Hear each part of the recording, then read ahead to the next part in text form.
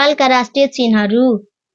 राष्ट्रिय झण्डा चन्द्र 8 कोण र सूर्य 12 कोण भएको बीचमा चिम्रिक रङ र किनारामा नीलो रङ अनि सूर्य चन्द्रमा सेतो रङ प्रयोग भएको।